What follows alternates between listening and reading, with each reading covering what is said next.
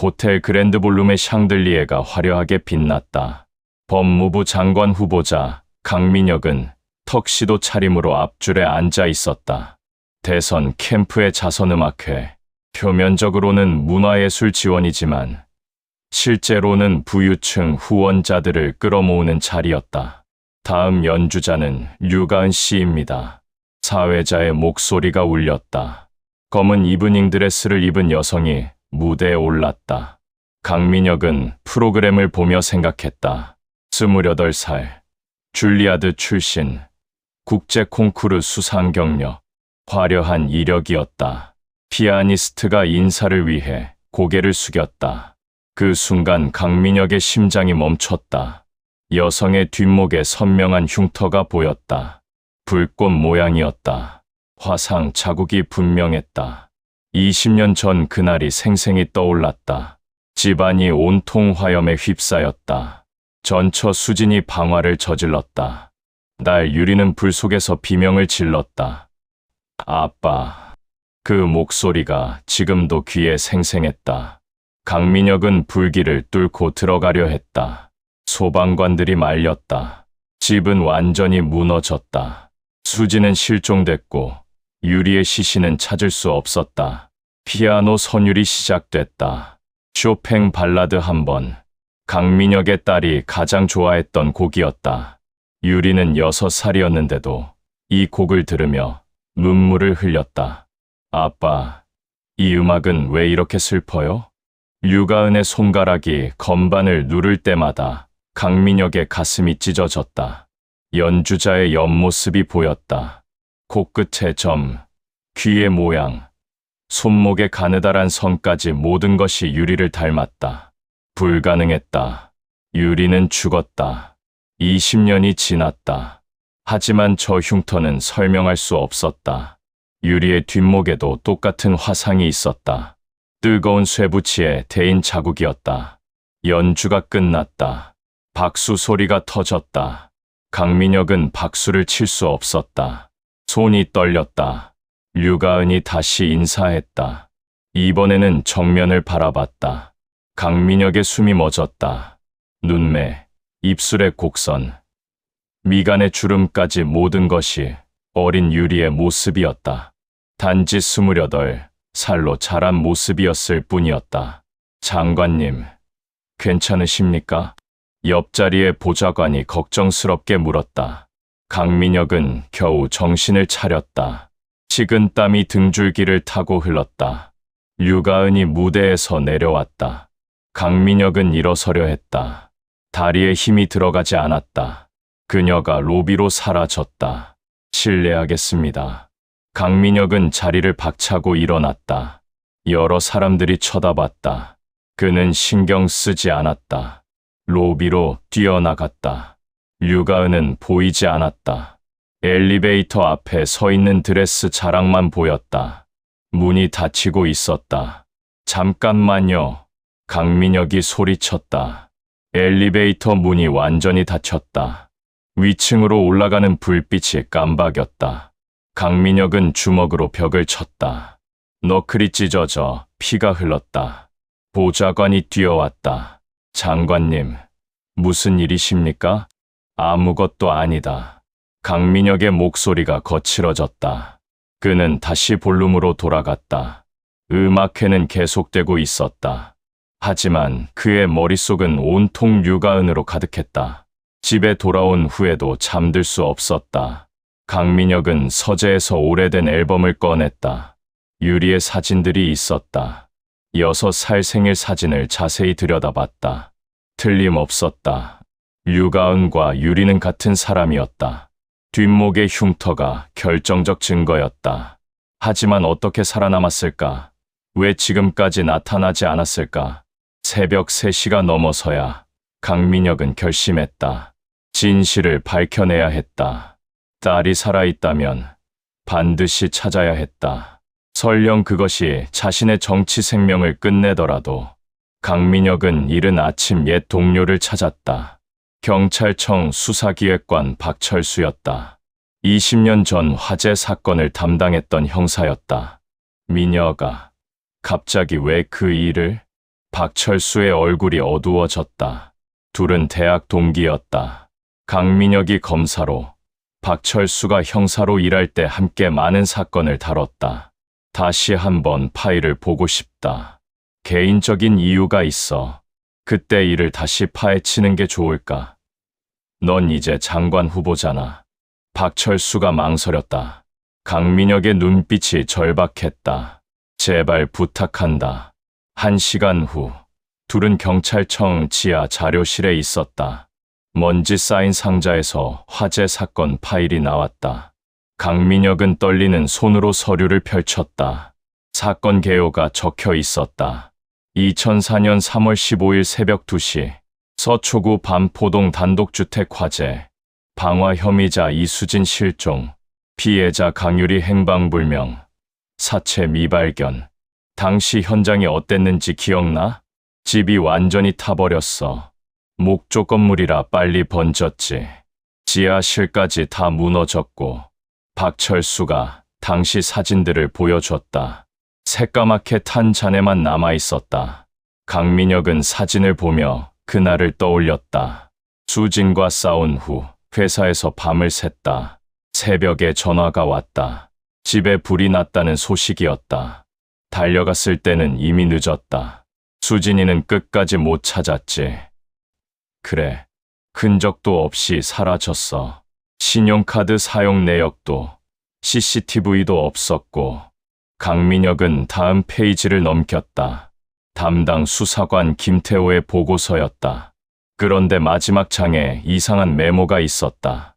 입양기관 관련 의혹이 있음. 추가 수사 필요. 이게 무슨 뜻이야? 아, 김태호가 쓴 거네. 걔가 좀 이상한 이야기를 했었어. 박철수가 기억을 되짚었다. 유리 시체를 못 찾았잖아. 그런데 김태호가 혹시 살아서 어디 팔려간 게 아니냐고 하더라고. 당시에 불법 입양이 많았으니까. 강민혁의 가슴이 뛰었다. 김태호는 지금 어디 있어? 그게, 박철수가 말을 멈췄다. 2년 후에 자살했어. 한강에서 투신했지. 충격이었다. 강민혁은 서류를 다시 뒤졌다. 입양기관 관련 자료가 더 있었다. 사랑의 집 입양원이라는 이름이 여러 번 나왔다. 이 입양원은 뭐야? 당시 운영하던 곳이야. 지금은 문 닫았어. 원장이 작년에 교통사고로 죽었고 또 다른 죽음이었다. 강민혁은 소름이 돋았다. 관련자들이 너무 많이 죽었다. 혹시 입양 기록이 남아있을까? 글쎄, 찾아볼 수는 있겠지만. 박철수가 컴퓨터를 켰다. 입양 관련 데이터베이스를 검색했다. 2004년 3월부터 6월까지의 기록이 나왔다. 이상하네. 그 시기에 입양된 여자아이가 유독 많아. 화면에 20명의 이름이 떠 있었다. 모두 3살에서 7살 사이였다. 강민혁은 한 명씩 살펴봤다. 류가은, 여기 있어. 2004년 4월 20일 입양. 당시 나이 6살. 입양 부모는 류성민, 최영희 부부였다. 강민혁의 손이 떨렸다. 화재 한 달 후에 입양됐다. 나이도 정확히 맞았다. 민혁아, 이거 너무 위험한 생각 아니야? 박철수가 걱정스럽게 말했다. 아니면 확인해봐. DNA 검사라도 해보자. 강민혁은 이미 마음을 정했다. 류가은이 유리라면 지난 20년은 무엇이었나? 누가 딸을 숨겼나? 왜 진실을 덮었나? 입양 부모 정보를 더 알 수 있을까? 류성민은 의사야. 성형외과를 운영했어. 최영희는 이상하네. 박철수의 얼굴이 굳었다. 뭐가? 최영희의 오빠가 판사야. 고등법원 부장판사 최영수. 그리고 유성민은 박철수가 다른 파일을 찾았다. 2010년에 불법 장기이식 혐의로 기소됐어. 무혐의 처분받았지만 강민혁은 온몸에 소름이 돋았다. 우연이 아니었다. 모든 것이 계획적이었다. 누군가 유리를 의도적으로 숨긴 것이었다. 류가은은 연주 후 호텔 방에서 혼자 있었다. 오늘 음악회에서 이상한 일이 있었다. 관객석의 한 남자가 자신을 뚫어져라 쳐다봤다. 강민혁이라는 이름을 들었다. 법무부 장관 후보였다. 왜 그렇게 자신을 바라봤을까? 가은은 불편했다. 거울 앞에 서서 목걸이를 풀었다. 뒷목에 흉터가 드러났다. 어릴 때부터 있던 자국이었다. 양부모는 화상이라고 했다. 어떻게 다쳤는지는 기억나지 않았다. 사실 가은은 7살 이전의 기억이 거의 없었다. 양부모 밑에서 자란 기억만 또렷했다. 의사인 류성민과 그의 아내 최영희가 가은을 키웠다. 유리야. 갑자기 누군가 부르는 목소리가 들렸다. 가은은 돌아봤다. 아무도 없었다. 환청이었다. 최근 들어 자주 그랬다. 어릴 때부터 악몽에 시달렸다. 불타는 집, 비명소리, 누군가 자신을 부르는 목소리. 심리치료사는 트라우마성 망각이라고 했다. 과거의 충격적인 경험을 뇌가 스스로 차단한 것입니다. 억지로 기억하려 하지 마세요. 하지만 가은은 궁금했다. 자신의 진짜 과거가 무엇인지 알고 싶었다. 양부모에게 물어봐도 내가 아기일 때 부모님이 사고로 돌아가셨어라는 말만 반복했다. 핸드폰이 울렸다. 양어머니 최영이었다. 가은아, 연주 잘했니? 네. 엄마, 잘 끝났어요. 혹시 이상한 사람이 접근하지 않았니? 요즘 유명해져서 조심해야 해. 이상한 질문이었다. 가은은 강민혁을 떠올렸다. 왜 그런 말씀을 하세요? 그냥 조심하라는 말이야. 빨리 집에 와. 통화가 끝났다. 가은은 이상함을 느꼈다. 양어머니의 목소리에 긴장이 섞여 있었다. 집에 도착했을 때 양부모는 거실에서 기다리고 있었다. 둘 다 심각한 표정이었다. 가은아, 앉아라. 류성민의 목소리가 무거웠다. 무슨 일이세요? 앞으로 당분간 연주 활동을 쉬어라. 갑작스러운 말이었다. 가은은 놀랐다. 왜요? 다음 주에 리사이틀이 있는데요. 취소해. 그리고 여행이나 가자. 해외로. 아빠, 무슨 일이에요? 왜 갑자기 이런 말씀을? 최영희가 입을 열었다. 가은아, 우리가 너를 키우면서 숨긴 게 있어. 가은의 심장이 뛰기 시작했다. 뭘 숨기셨어요? 너의 친부모가. 사실은. 최영희가 말을 멈췄다. 류성민이 그녀를 말렸다. 아직 때가 아니야. 아빠, 엄마, 제발 말씀해 주세요. 제가 알 권리가 있잖아요. 가은의 목소리가 떨렸다. 22년 동안 품어온 의문이 폭발할 것 같았다. 나중에 이야기하자. 지금은 위험해. 위험하다는 게 뭐예요? 누가 저를 위험하게 해요? 류성민과 최영희가 눈빛을 주고받았다. 뭔가 큰 비밀이 있었다. 그날 밤 가은은 잠들 수 없었다. 부모님의 방에서 작은 대화 소리가 들렸다. 문틈으로 귀를 대고 들어봤다. 강민혁이 알아차린 것 같아. 아직 확실하지 않잖아. 섣부르게 행동하면 안 돼. 하지만 DNA 검사라도 하면 끝이야. 그런 일은 없을 거야. 우리가 조심하면. 가은은 충격을 받았다. 강민혁, 오늘 음악회에서 자신을 바라보던 그 남자였다. 무슨 연관이 있는 것일까? 그리고 DNA 검사라는 말. 혹시 자신의 진짜 정체와 관련된 것일까? 가은은 결심했다. 스스로 진실을 찾아야 했다. 더 이상 속을 수 없었다. 강민혁은 사립탐정을 고용했다. 류가은의 모든 것을 조사하라고 했다. 일주일 후 결과 보고서가 나왔다. 류가은 1996년생 2004년 류성민 최영희 부부에게 입양. 줄리아드 음대 졸업. 다수의 국제 콩쿠르 입상. 현재 서울에서 활동 중인 피아니스트. 중요한 것은 의료 기록이었다. 어린 시절 여러 차례 성형수술을 받았다. 모두 류성민이 집도했다. 성형수술. 아이에게 왜? 탐정이 설명했다. 화상 치료 명목이었습니다. 얼굴과 목 부위를 여러 번 수술했어요. 강민혁은 소름이 돋았다. 류성민이 가은의 얼굴을 바꾼 것이었다. 원래 모습을 감추기 위해서. 더 있습니다. 류성민의 과거를 파보니 흥미로운 사실이 나왔어요. 탐정이 다른 파일을 꺼냈다.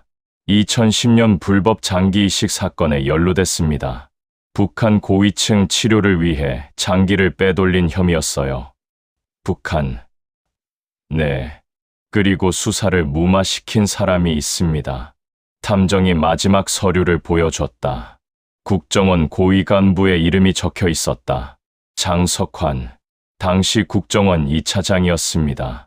지금은 퇴직했고요. 강민혁은 이름을 기억했다. 장석환은 자신의 검사 시절 상관이었다. 정치권에 아직도 영향력이 있는 인물이었다. 최영희는 어때?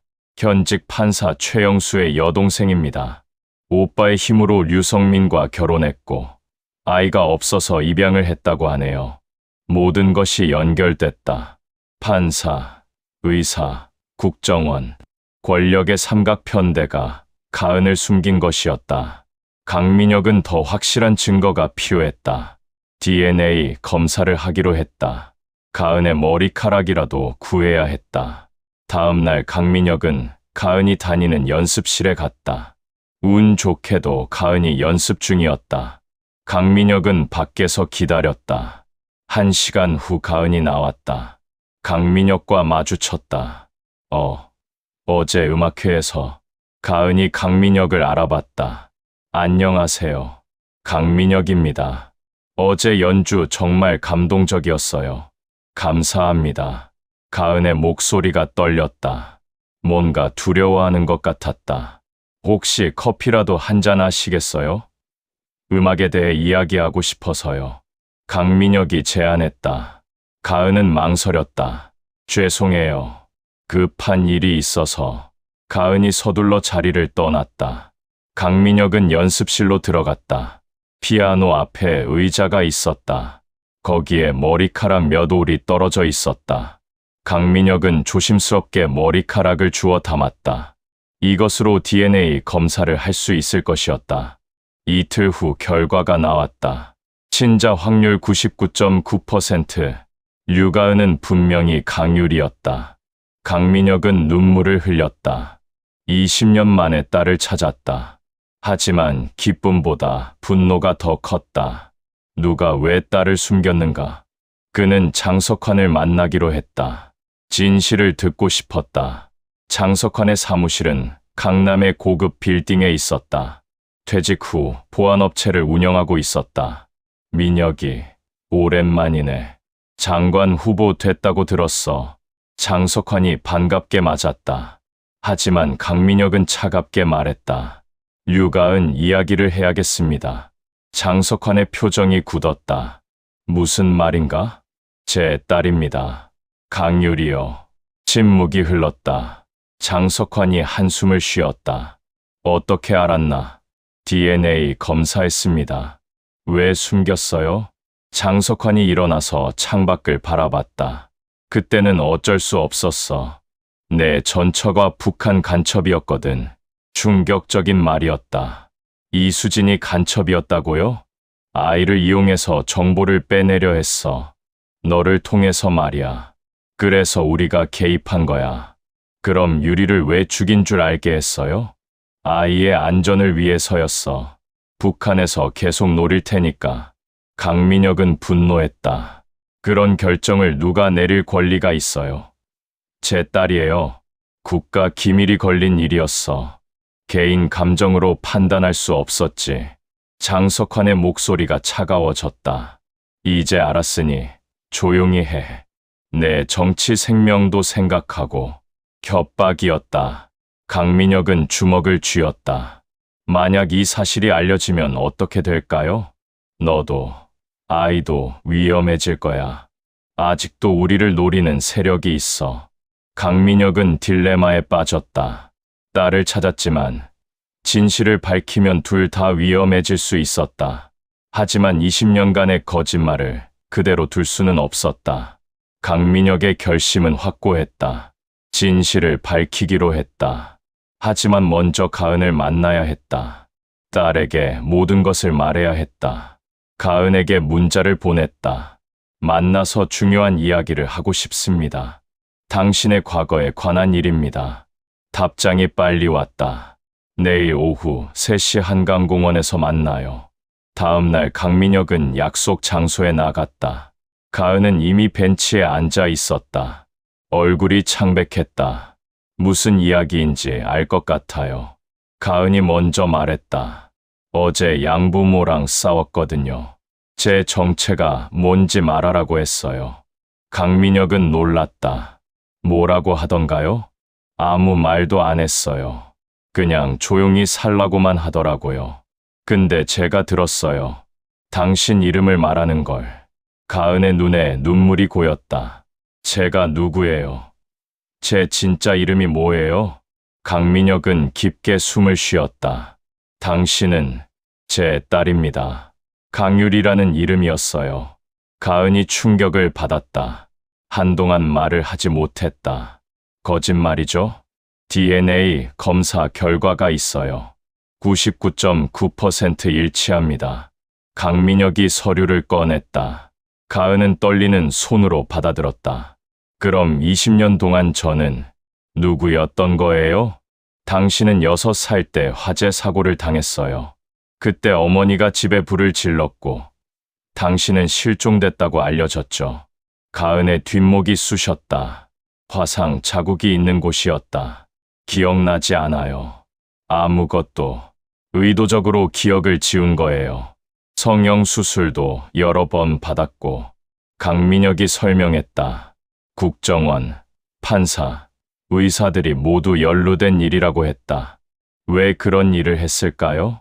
당신 어머니가 북한 간첩이었다고 하네요. 당신을 위험에서 보호하려고 한 일이라고. 가은은 모든 것이 믿기지 않았다. 자신의 인생이 통째로 거짓말이었다는 것이. 그럼 이제 어떻게 해야 해요? 진실을 밝혀야죠. 당신에게는 알 권리가 있어요. 그때 가은의 핸드폰이 울렸다. 양아버지 유성민이었다. 가은아, 어디 있니? 당장 집에 와.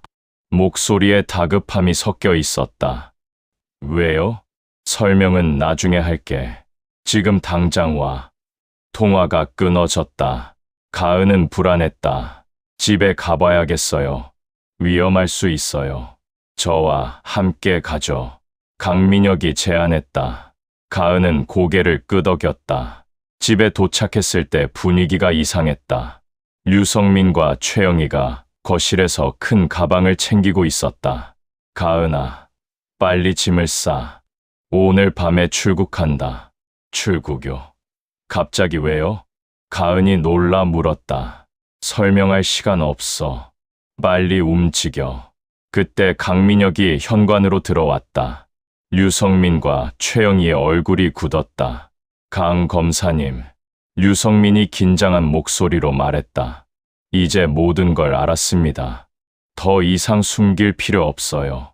강민혁의 목소리가 단호했다. 가은이는 저희 딸입니다. 22년 동안 키웠어요. 최영희가 떨리는 목소리로 말했다. 법적으로는 그렇죠. 하지만 생물학적으로는 제 딸입니다. 그렇다고 해서 우리가 한 일이 잘못된 건 아니에요. 아이의 안전을 위한 일이었어요. 류성민이 변명했다. 안전이라고요? 딸의 얼굴까지 바꾸면서요? 강민혁이 분노했다. 그만해요. 가은이 소리쳤다. 모두가 그녀를 바라봤다. 저는 물건이 아니에요. 제 인생을 놓고 이렇게 싸우지 마세요. 가은의 눈에서 눈물이 흘렀다. 저한테도 선택할 권리가 있어요. 그때 현관 벨이 울렸다. 류성민이 인터폰을 확인했다. 얼굴이 새하얘졌다. 누구예요? 경찰입니다.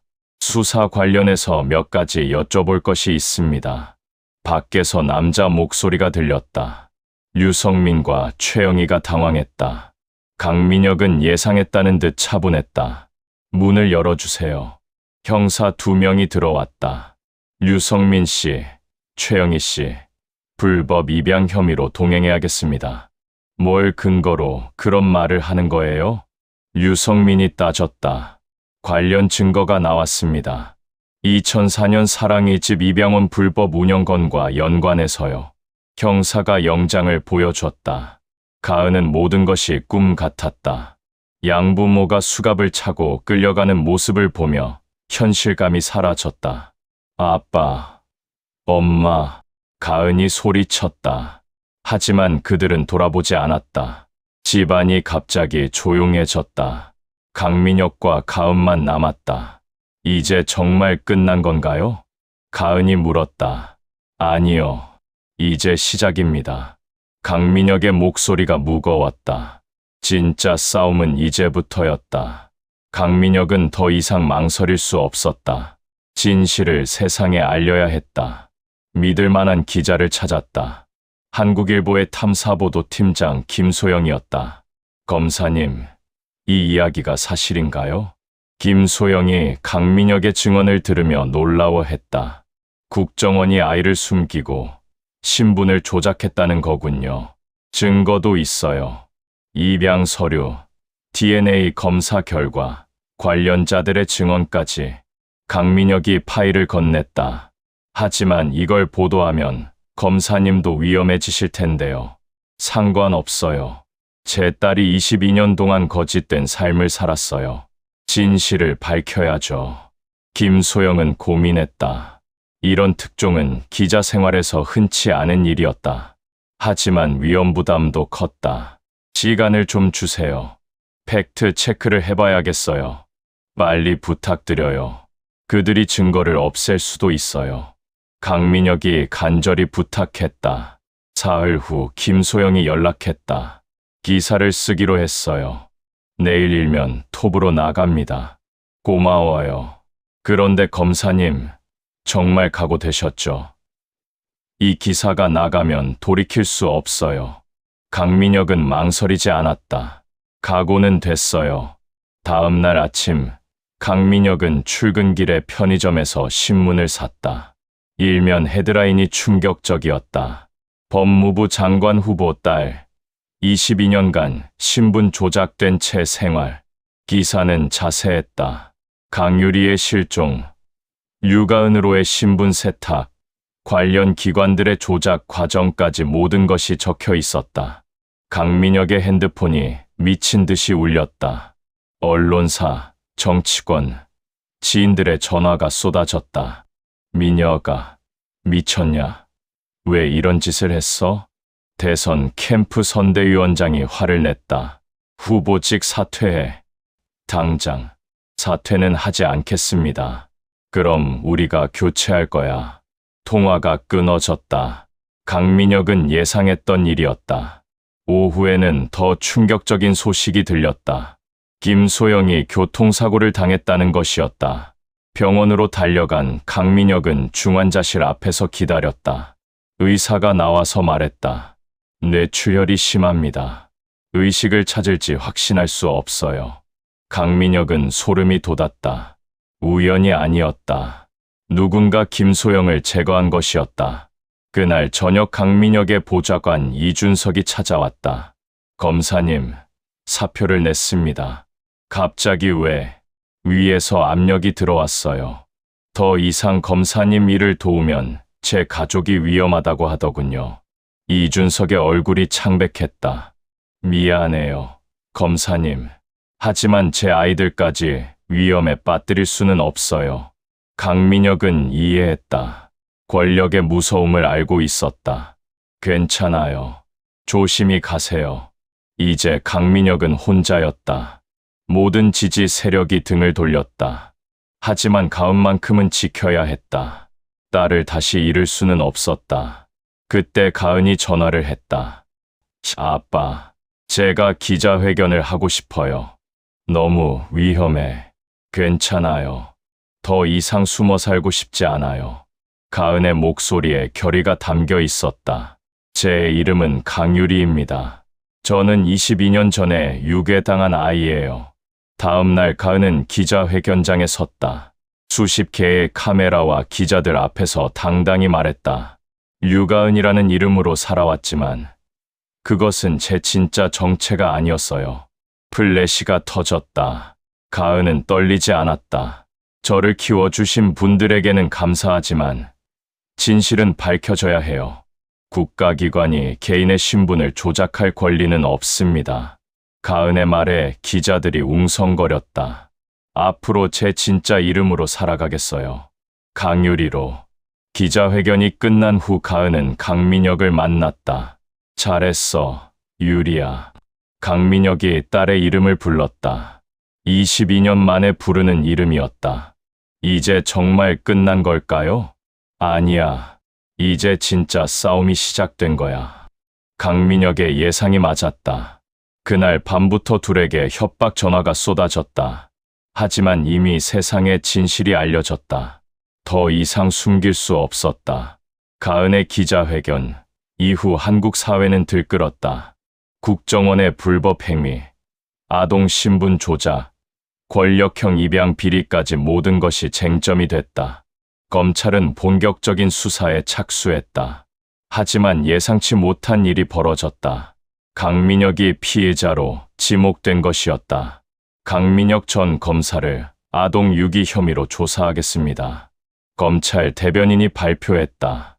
22년 전 화재 당시 아동 보호 의무를 방기했다는 혐의입니다.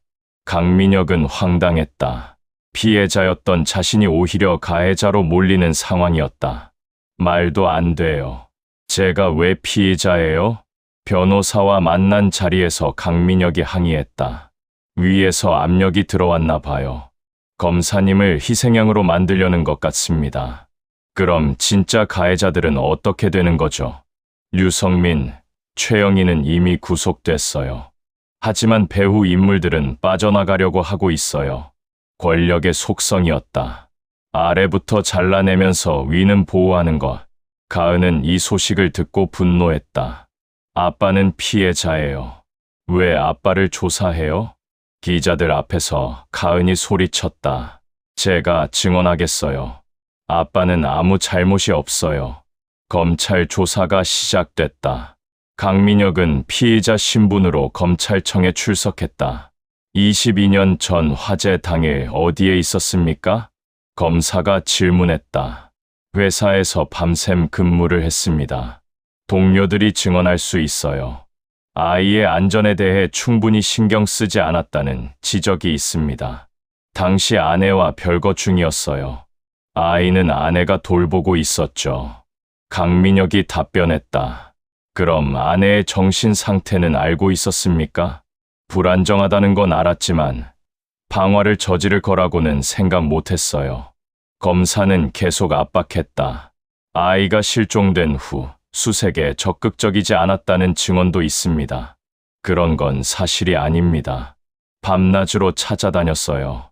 조사는 6시간 동안 계속됐다. 강민혁은 지쳤다. 한편 가은은 양부모를 면회했다. 구치소에서 만난 류성민은 초췌해 보였다. 가은아, 미안해. 류성민이 고개를 숙였다. 왜 그런 일을 하셨어요? 가은이 물었다. 처음에는 정말 너를 보호하려고 했어. 하지만 나중에는 우리도 통제할 수 없는 상황이 됐어. 무슨 뜻이에요? 장석환이 우리를 협박했어. 입을 다물지 않으면 우리 가족 모두 위험하다고 했지. 류성민이 떨리는 목소리로 말했다. 너의 얼굴을 바꾼 것도 그들의 짓이었어. 원래 모습 그대로 두면 들킬까봐. 가은은 진실을 알았다.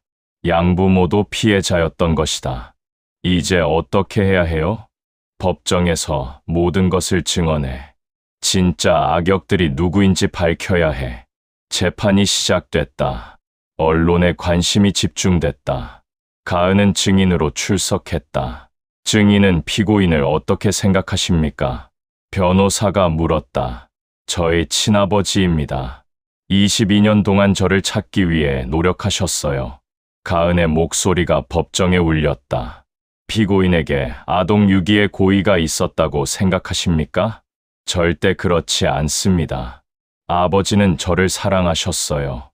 가은이 단호히 답했다. 오히려 국가기관이 저희 부녀를 22년간 속인 것입니다. 방청석에서 웅성거림이 일었다. 검사가 반대 신문을 했다. 하지만 증인도 양부모와 행복하게 살지 않았습니까? 행복이라고 할 수 있을까요? 제 정체성을 모른 채 살았는데요. 가은의 대답에 검사가 말을 잃었다. 저는 강유리로 태어났어요. 하지만 22년간 류가은으로 살아야 했어요. 가은의 눈에서 눈물이 흘렀다. 제 진짜 이름을 되찾고 싶어요. 법정이 조용해졌다. 판사도, 검사도, 방청객도 모두 숙연해졌다. 재판은 강민혁의 무죄로 끝났다. 오히려 국가의 불법 행위가 더 부각됐다. 피고인에게 무죄를 선고합니다. 판사의 선언에 법정이 환호했다. 가은은 강민혁을 끌어안고 울었다. 이제 정말 끝났어요, 아빠. 하지만 강민혁은 알고 있었다. 법적 판결은 끝났지만 진짜 싸움은 이제부터였다. 진실을 덮으려는 세력들이 가만히 있지 않을 것이었다. 재판이 끝난 후 강민혁은 정치계를 완전히 떠났다. 장관 후보직은 물론 검사직까지 사임했다. 20년간 쌓아온 모든 것을 내려놓았다. 후회하지 않으세요? 기자가 물었다. 딸을 찾았는데 무슨 후회가 있겠어요. 강민혁의 대답은 담담했다. 가은도 큰 변화를 맞았다. 류가은이라는 이름을 버리고 강유리로 개명했다. 하지만 쉽지 않았다. 유리야, 괜찮니? 강민혁이 딸을 걱정했다. 가은은 며칠째 피아노를 치지 않고 있었다. 아빠, 저는 누구일까요? 가은이 물었다. 강유리도 류가은도 아닌 것 같아요. 저는 도대체 누구일까요? 정체성의 혼란이었다. 22년간 류가은으로 살았는데 갑자기 강유리가 되라니. 천천히 생각해도 돼. 시간이 필요한 거야. 강민혁이 딸의 어깨를 어루만졌다. 제가 선택할 수는 없을까요? 제 이름을. 무슨 말이니? 강유리도 류가은도 다른 사람이 정한 이름이잖아요. 저는 제가 원하는 이름으로 살고 싶어요. 가은의 말에 강민혁은 깊이 생각했다. 그럼 어떤 이름으로 살고 싶니? 아직 모르겠어요. 하지만 제가 직접 정하고 싶어요. 한 달 후 가은은 결심했다. 다시 무대에 서기로 했다. 서울 예술의 전당에서 독주회를 열었다. 오늘 연주할 피아니스트를 소개하겠습니다. 사회자가 마이크를 잡았다. 22년 만에 진짜 이름을 찾은 분입니다. 관객들이 숨죽였다. 하지만 오늘부터는 새로운 이름으로 살아가겠다고 하시네요. 무대 뒤에서 가은이 나왔다. 흰 드레스를 입고 있었다. 안녕하세요. 저는 강유리로 태어났고 류가은으로 자랐습니다. 가은이 마이크 앞에 섰다. 하지만 오늘부터는 제가 선택한 이름으로 살겠어요. 관객들이 집중했다. 저는 이제 강윤아입니다. 새로운 이름이었다. 유리와 가은의 조합이었다. 과거의 아픔도 거짓된 행복도 모두 제 일부예요. 이제는 제가 선택한 삶을 살겠습니다. 박수가 터져 나왔다. 관객들이 일어서서 박수를 보냈다. 가은은 피아노 앞에 앉았다. 쇼팽 발라드 한 번을 연주하기 시작했다. 22년 전 강유리가 좋아했던 곡이었다. 하지만 연주는 달랐다. 슬픔만 있는 것이 아니라 희망도 담겨 있었다. 고통을 딛고 일어선 사람의 음악이었다. 객석에서 강민혁이 눈물을 흘렸다. 딸이 진짜로 태어나는 순간이었다. 연주가 끝나고 가은이 인사했다. 제 이름은 강윤아입니다. 기억해 주세요. 관객들이 환호했다. 플래시가 터졌다. 연주회 후 부녀는 한강을 걸었다. 윤아야, 강민혁이 새로운 이름을 불러봤다. 어색하죠? 가은이 웃었다. 아니야, 잘 어울려. 아빠, 감사해요. 저를 찾아주셔서. 나도 고마워. 다시 돌아와줘서. 둘은 한강을 바라봤다. 해가 지고 있었다. 앞으로 뭘 하고 싶니? 강민혁이 물었다. 실종 아동을 찾는 일을 하고 싶어요. 저처럼 가족을 잃은 아이들을 도와주고 싶어요. 가은의 눈에 결의가 서렸다. 좋은 생각이야. 함께하자. 정말요? 그래. 우리가 겪은 아픔을 다른 사람들이 겪지 않게 해야지. 부녀는 새로운 시작을 다짐했다. 강윤아라는 이름으로, 강민혁의 딸로, 진짜 가족으로, 22년 만에 찾은 딸, 새롭게 태어난 이름, 불꽃처럼 아프고 선명했던 진실. 이제 모든 것이 시작이었다. 한 달 후 강윤아는 찾아줄게 재단을 설립했다. 실종 아동 전문 지원 기관이었다.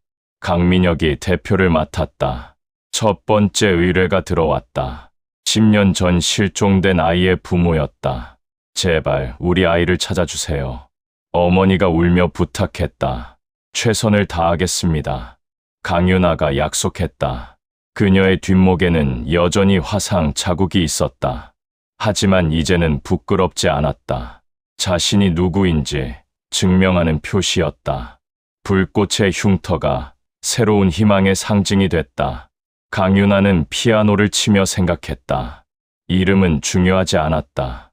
어떤 삶을 사느냐가 중요했다. 자신을 강윤아로 부르든, 강유리로 부르든, 류가은으로 부르든 상관없었다. 중요한 것은 진실한 삶이었다. 22년간의 거짓말이 끝나고 진짜 삶이 시작됐다. 불꽃의 이름은 이제 희망이었다.